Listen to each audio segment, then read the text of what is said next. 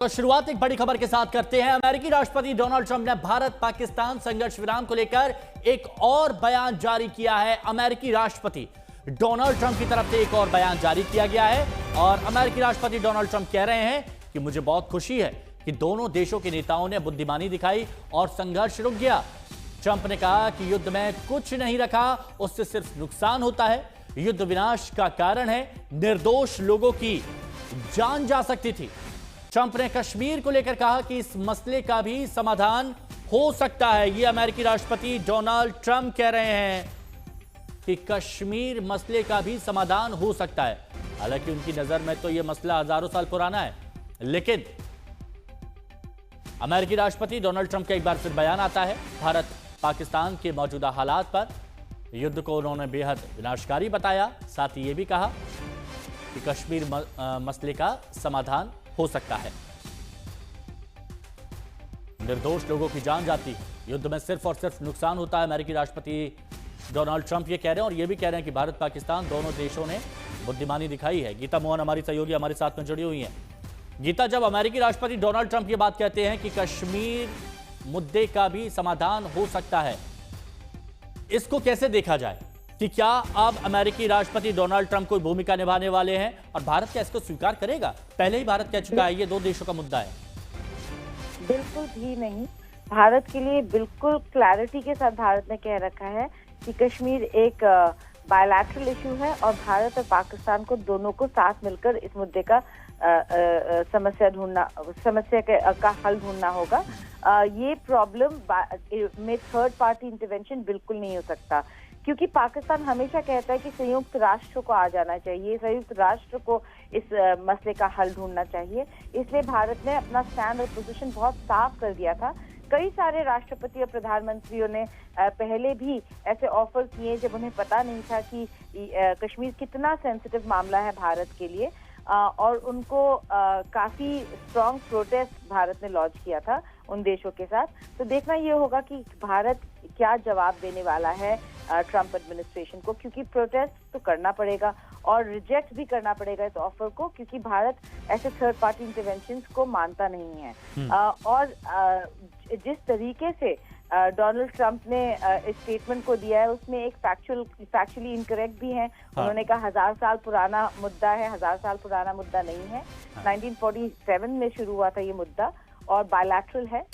भारत ने ये भी कह दिया है कि आतंकवाद का मुद्दा कश्मीर से ज्यादा पहले सॉल्व होना चाहिए। पहले पाकिस्तान को आतंकवाद छोड़ना होगा और रोकना होगा, उसके बाद ही कश्मीर का मुद्दा सुलझ सकता है। बिल्कुल, ये बात भारत बिल्कुल बर्दाश्त नहीं करेगा कि कश्मीर के मुद्दे पर अमेरिका किसी भी तरह की अपनी कोई राय दे। बहुत बहुत शुक्रिया आपका हमारे साथ जुड़ने के लिए। और अब बात करते हैं सीज फायर की इनसाइड स्टोरी की। भारत पाकिस्तान संघर्ष विराम में अमेरिका की बड़ी भूमिका है। अमेरिकी राष्ट्रपति डोनाल्ड ट्रंप संघर्ष विराम की घोषणा भी करते दिखाई दिए, लेकिन डिक्लेरेशन से पहले बैकग्राउंड में चीजें सेट कैसे हुई ये आपको समझना चाहिए। अमेरिकी उपराष्ट्रपति जेडी वेंस और अमेरिकी विदेश मंत्री मार्को रूबियो ने शांति बहाली की कवायद शुरू की। रूबियो ने कल पाकिस्तानी सेना प्रमुख को कॉल किया और उसके तुरंत बाद भारत के विदेश मंत्री एस जयशंकर को फोन किया। उसके बाद भारत में उच्च स्तरीय बैठकें हुई, भारत में भी चर्चा हुई और पाकिस्तान में भी बैठकें हुई। और दोपहर 3:30 बजे के आसपास पाकिस्तान के डीजीएमओ ने भारत के डीजीएमओ को फोन किया। सीज फायर को लेकर चर्चा हुई और इसके ठीक 2 घंटे बाद यानी 5:30 बजे के आसपास अमेरिकी राष्ट्रपति ट्रंप ने ट्वीट करके सीज फायर की घोषणा की। तो ये वो 21 मिनट हम आपको बता रहे हैं। पहले अमेरिकी राष्ट्रपति डोनाल्ड ट्रंप का ट्वीट आता है, उनकी तरफ से ऐलान किया जाता है। फिर अमेरिकी विदेश मंत्री मार्को रूबियो एक्स पर पोस्ट करते हैं और फिर पाकिस्तान के डिप्टी पीएम इशाक डार एक्स पर इसकी पुष्टि करते हैं 5:38 के बाद, और उसके बाद विक्रम मिस्री की तरफ से यह पोस्ट किया जाता है। सीज फायर के बाद जो सियासी गलियारे हैं वहां पर इसको लेकर अलग अलग अर्थ निकाले जा रहे हैं। कांग्रेस ही कह रही है कि क्या हमने अपने सारे लक्ष्यों को प्राप्त कर लिया था? हम दोनों देशों के बीच में जो बायलैटरल वो है, उसमें जिस तरीके से डोनाल्ड ट्रंप का वो ट्वीट आया है और उसके बाद सारी चीजें हुई हैं, इन सारे प्रश्नों का अनुत्तरित सवालों का जवाब प्रधानमंत्री जी को देना चाहिए, भारतीय जनता पार्टी की सरकार को देना चाहिए और इसका उचित माध्यम एक संसद का सत्र बुलाना है। संसद का पहले सर्वदलीय बैठक बुलाएं और संसद का सत्र बुलाएं ताकि हम ये देख सके, जान सके, पूरा देश मान सके कि जो हमारा उद्देश्य था, हमारी सेना इतनी बहादुरी से लड़ी, तो वो उद्देश्य क्या हासिल हुआ है। राजनीतिक रूप से, सामरिक रूप से और सैनिक रूप से हमारी सेना ने पूरे पाकिस्तान को बर्बाद करने की ताकत रखी है, लेकिन अब क्या पोजीशन है वहां पर, इन सारी चीजों के लिए संसद का भी सत्र बुलाया जाना चाहिए और तुरंत सर्वदलीय बैठक बुलाई। तो वहीं बीजेपी की तरफ से बीजेपी के नेता जो हैं वो सीज फायर को भारत की उपलब्धि बता रहे हैं। मध्य प्रदेश के सीएम ये कह रहे हैं कि भारत के नेतृत्व की जीत है।